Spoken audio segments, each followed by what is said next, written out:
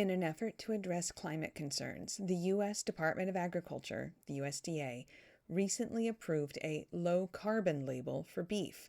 This new certification, run by a private company called Low Carbon Beef, aims to identify beef products that have at least 10% fewer greenhouse gas emissions compared to an industry baseline.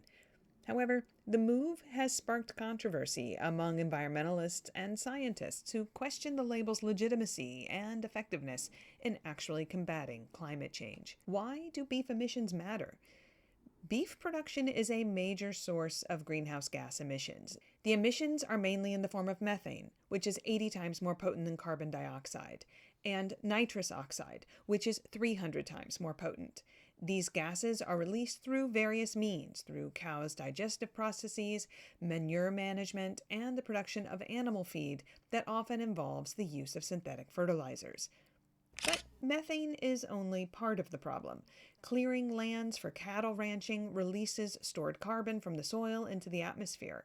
In the U.S., agriculture accounts for about 10% of greenhouse gas emissions, and this number has risen by 12% since 2000, mainly due to meat production. Then there's the issue of growing feed for the cattle, which consumes even more land, as well as tremendous amounts of water. The manufacture of synthetic fertilizers alone generates 2.5% of the world's total greenhouse gas emissions, more than the entire global aviation industry. And runoff from fertilizer use gets into waterways, promoting algae growth that kills marine wildlife. Why this label is controversial. Critics of the low-carbon beef label argue that it could mislead customers.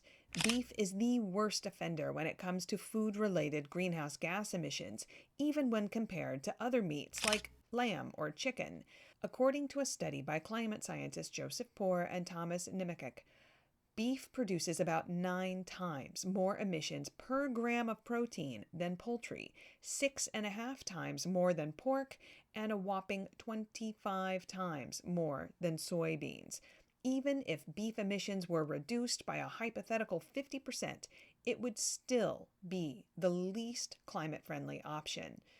Adding to the skepticism is the fact that the label was created by a company that stands to profit from it. Critics argue that this represents a clear conflict of interests. Experts also raise concerns about the benchmarks that were used for the low-carbon certification. Now, there are a number of ways that farmers could reduce the emissions from their herds. Most beef emissions are in the form of methane that cows burp up while digesting their food, so feed additives that reduce methane production, such as seaweed, could be one option. Another approach would be to increase the amount of beef that's being produced by farming breeds of cows that convert feed to weight more efficiently. The low-carbon beef certification takes into account these elements alongside a total of 20 data points, including things like manure management, fertilizer use, and the amount of carbon that's sequestered in farmers' fields. Allowing the fields to recover after they've been grazed by cattle and then planting certain crops on that land can increase the amount of carbon sequestered by the soil. While low-carbon beef claims that their methods are based on proprietary models and will undergo external review, some researchers suggest that the company's benchmarks seem to be set too high, making it very easy for producers to qualify. Economic and ethical considerations.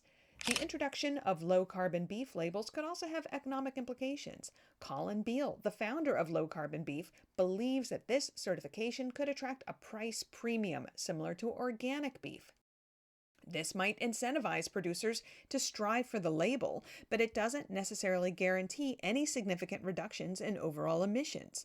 Additionally, methods used to lower emissions per kilogram of meat could compromise animal welfare. For example, cows that are intensively farmed in feedlots live shorter lives but produce less methane, thereby sacrificing their well-being for lower emissions. A balanced approach. While the label may make some impact, the most effective way to reduce greenhouse gas emissions remains changing dietary habits. Studies have shown that diets rich in plant-based foods can significantly cut emissions and also offer health benefits, such as reducing the risk of heart disease.